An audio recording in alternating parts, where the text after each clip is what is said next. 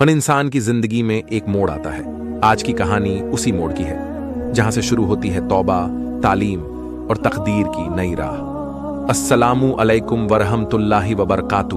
प्यारे दोस्तों, आज हम आपको ले चल रहे हैं एक रूहानी सफर पर, जहां हर दास्तान में है इबरत का पैगाम और हर लफ्ज में छुपी है हिदायत की रोशनी, जो दिल को छू जाए और ईमान को ताजा कर दे। कभी कुछ गांव अपनी मिट्टी में सिर्फ फसलें ही नहीं, दुआओं के असर और सदियों पुराने राज भी छुपा कर रखते हैं। ऐसा ही एक गांव था, रोशानपुर। बाहर से साधारण दिखने वाला यह गांव अंदर से एक अधूरी दुआ में डूबा हुआ था, और इस अधूरी दुआ को मुकम्मल करने आई थी एक नौजवान लड़की अमीना, जो लखनऊ के एक नामी इस्लामी मदरसे में पढ़ती है। गर्मियों की छुट्टियों में अपनी खाला के गांव रोशनपुर आती है। गांव आते ही वो महसूस करती है यहाँ की हवा में एक अजीब सी ठंडी उदासी है, जैसे कोई किसी का इंतजार कर रहा हो। रोशनपुर इतना खूबसूरत होने के बाद भी इतना खामोश क्यों है? अमीना जब गांव की पुरानी मस्जिद देखने जाती है तो उसे एक टूटी हुई हवेली दिखाई देती है, जिसे सब जुलेखा मंजिल कहते हैं। वो पूछती है, खाला, वो हवेली किसकी थी? बेटी, वहां मत जाना, वो जमाना अलग था। जुलेखा बीबी अब नहीं रही, लेकिन उनका साया अभी भी वही है। गांव की दो बुजुर्ग औरतें आपस में फुसफुसाते हुए कहती हैं, जुलेखा बीबी ने कोई दुआ अधूरी छोड़ दी थी, और उसी दुआ का असर अब तक है। रोशानपुर की जमीन सूखी, मस्जिद खाली और लोगों के दिलों में सुकून नहीं। शायद उसी अधूरी दुआ का असर है। अमीना को पहली रात एक सपना आता है। एक बूढ़ी औरत कहती है, अमीना, मस्जिद के नीचे वुजू खाने के पास एक लकड़ी का संदूक है, उसमें मेरी आखिरी किताब है, उसे ढूंढो और मेरी अधूरी दुआ पूरी करो। अमीना घबरा कर उठती है। अगली सुबह अमीना अकेले मस्जिद जाती है। वो वुजू खाने के पास दीवार में कुछ पुराना महसूस करती है। धीरे धीरे मिट्टी हटाकर उसे एक लकड़ी का संदूक मिलता है। संदूक खोलने पर अंदर एक बहुत पुरानी किताब और एक सफेद रेशमी चादर होती है। किताब के पहले पन्ने पर लिखा होता है, जुलेखा बीबी की आखिरी दुआ। अमीना किताब पढ़ती है। उसमें जुलेखा बीबी की रूहानी बातें, मन्नतें और एक बहुत खास दुआ लिखी होती है, जो सिर्फ उसी वक्त पढ़ी जानी चाहिए जब गांव सबसे बड़ी मुश्किल में हो। अमीना किताब को सीने से लगाती है। उसे महसूस होता है जैसे उसके अंदर कोई नूर उतर रहा है। या अल्लाह, क्या यही मेरा मकसद है? गांव में एकदम से पानी की सप्लाई बंद हो जाती है। बूढ़ा मौलवी अचानक बीमार हो जाता है। लोग घबराने लगते हैं, रोशनपुर पे कोई बला तो नहीं आ गई? अमीना जान जाती है अब वक्त है उस दुआ का, लेकिन उसे अभी सब कुछ समझना बाकी है। अमीना फिर से हवेली के बाहर जाती है, दरवाजा खोलती है और अंदर दाखिल होते ही जमीन हिलती है। दीवार से जुलेखा बीबी की पुरानी तस्वीर गिरती है, और उसके पीछे एक और रहस्य छुपा होता है। रोशानपुर अब फिर जागने वाला है, एक ऐसी रूहानी दस्तक के साथ जो सदियों से इंतजार में थी। जुलेखा हवेली के अंदर अमीना को एक पुराना कमरा मिलता है। कमरा धूल और जाले से भरा है, लेकिन बीच में एक चटाई बिछी है और उस पर एक मुरझाया गुलाब रखा है। अमीना तस्वीर के पीछे से एक चिट्ठी निकालती है। लिखा है, अगर ये चिट्ठी कोई नेक। अमीना गांव के लोगों से उस्मान बाबा के बारे में पूछती है, लेकिन हर कोई चुप है।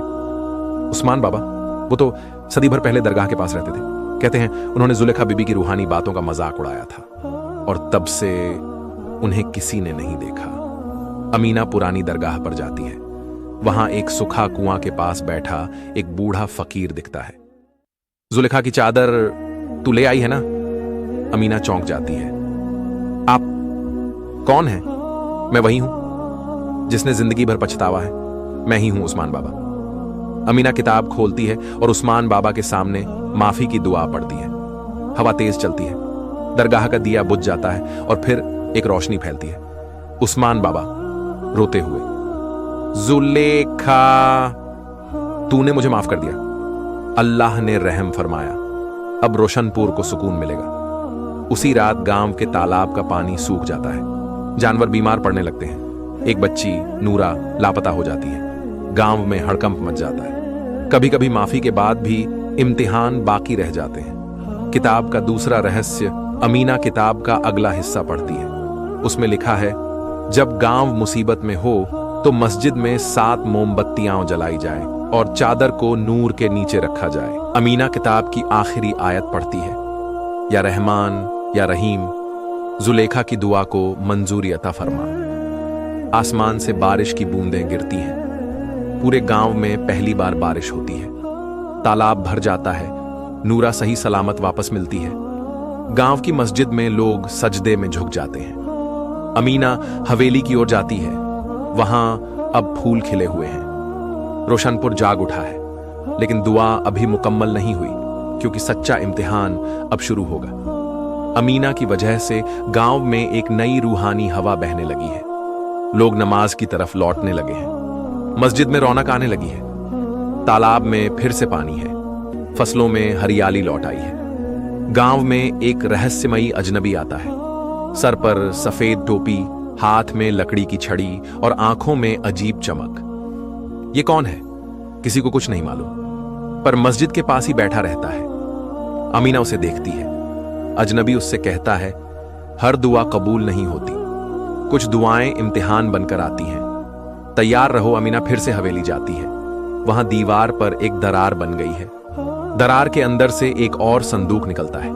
उसमें एक और पन्ना, जिसमें लिखा है, रोशानपुर की आजमाइश अभी बाकी है। जब मस्जिद के 3 दरवाजे बंद हो जाएं और गांव पर अंधेरा छा जाए, तब पढ़नी होगी आखिरी दुआ की मुकम्मल तिलावत। अचानक गांव में 3 रातें लगातार बिजली गुल होती हैं। तीनों मस्जिद के दरवाजे खुद ब खुद बंद हो जाते हैं। एक बच्चा कहता है, अब्बू, मस्जिद रो रही थी कल रात।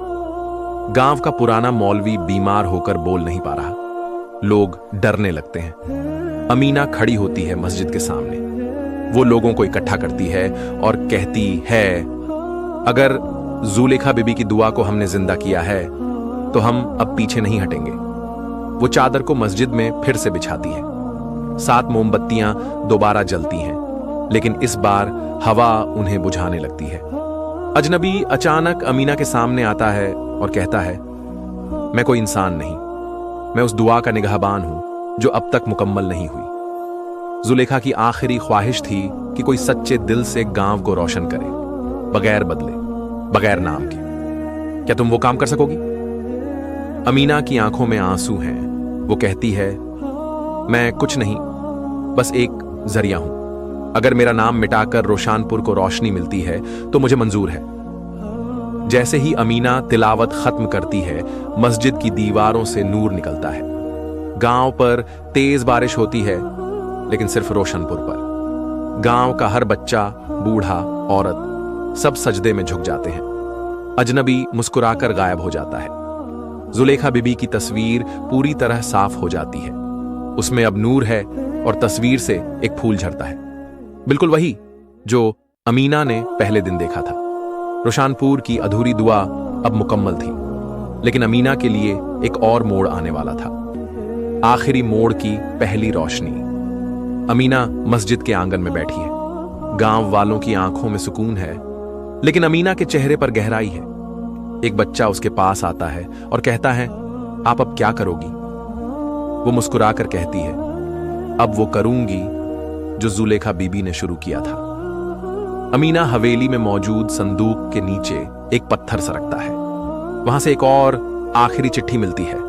उसमें लिखा होता है, जिस दिन गांव मुस्कुरा दे, उस दिन तू इस चादर को पहाड़ों की ओर ले जाना। वहां जहां रूहें सुकून पाती हैं, वहां इसे मिट्टी के हवाले कर देना। अमीना गांव वालों से विदा लेती है। गांव की औरतें उसे चादर के साथ रुखसत करती हैं।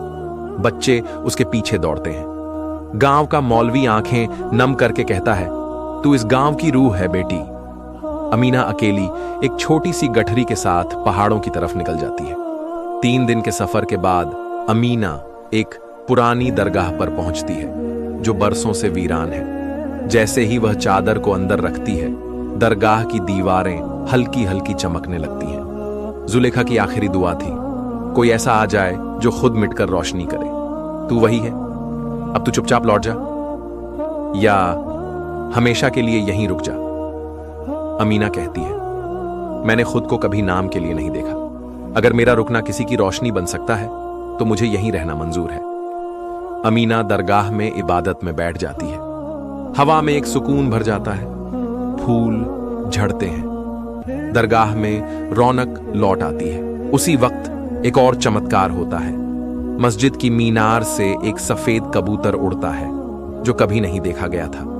जुलेखा की हावेली अब एक मदरसा बन चुका है और अमीना की तस्वीर हवेली में नहीं बल्कि हर दिल में बस गई है।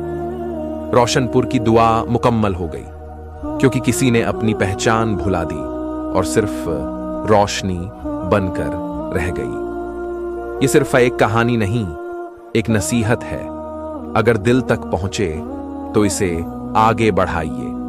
लाइक, शेयर और सब्सक्राइब कीजिए। जज़ाकल्लाह।